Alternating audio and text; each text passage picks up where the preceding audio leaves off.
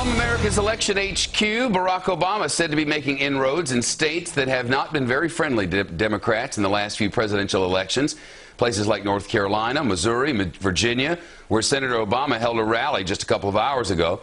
Altogether, nearly a dozen states where the electorate voted with George W. Bush twice are now up for grabs, according to the polls. And those polls show many of them leaning toward Senator Obama right now.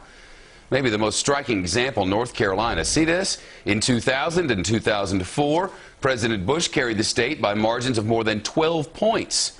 But an average of the polls from RealClearPolitics.com shows a virtual dead heat between Senators Obama and McCain. Numbers like that are shaping the Obama campaign's strategy of trying to turn around those red states. Let's bring in the political panel. Maria Cardona was a strategist for Hillary Clinton's presidential campaign. Chris Wilson, a Republican pollster and CEO of Wilson Research Strategies. Chris, what can McCain do to defend here? Well, it's really a matter of sort of moving on to talking about more than just the economy. And obviously, the economy is very important in these states. And that's why you've seen So that goes back to, if we talk about the economy, we lose? Not just talking about the economy. You have to address the economy, but you've got to make it about more than the economy.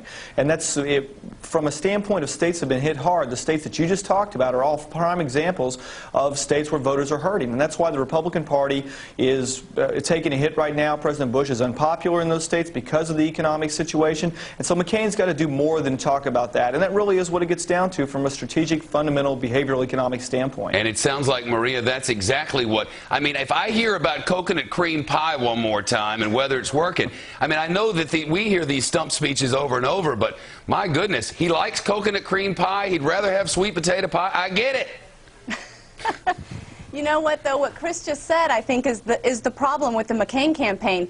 They think that voters care first and foremost about other issues than the economy. And economy is king right now. That's not true. They don't think people care about it more. They just think your team's got an edge on that subject, and they're right. Well, but the reason they have an edge, Shep, on the subject is because voters care about it. They're worried about it. They've been hurting for more than just 3 weeks, which is what has happened on Wall Street. They've been hurting for 8 years ever since these failed economic policies from the Republican Party have been in play. These are middle-class, working-class American families who are looking to the next leader for real solutions to the real problems that they face. And look, the fact of the matter is that Senator Obama's message about giving relief to middle-class families on this economic mess is the reason why Senator Obama and Senator Biden and the Democrats are so viable in these states where traditionally a Democrat has no business being competitive.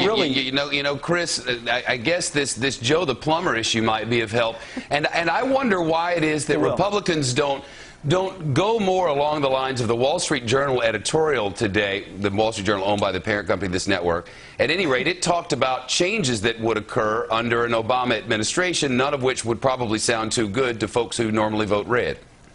You know, it really gets down, Shep, to a branding issue. I did a speech yesterday. I was looking at the S&P 500 line, and it's almost directly tracks with McCain's polling numbers. And look, I don't think Marie and I are saying very different things. I'm just trying to be honest about it, that he's got to be able to talk about, McCain has got to be able to talk about other issues to be able to expand beyond it. But you're right, the Joe the Plumber thing gets us back to this sort of middle-class era where when it gets down to it, Obama's policies are not that helpful. But I'm trying to talk more strategically about McCain expanding beyond that, because this is all about the economy, and I agree with Maria. Is there time, Chris?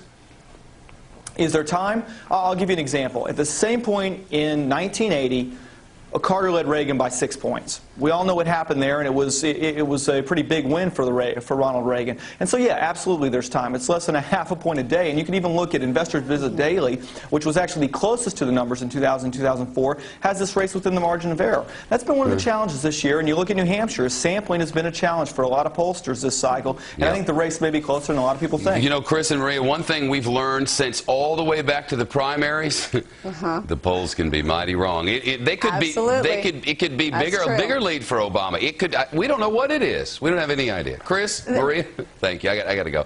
A programming note this weekend. Check out Huckabee. Have you seen that Huckabee show?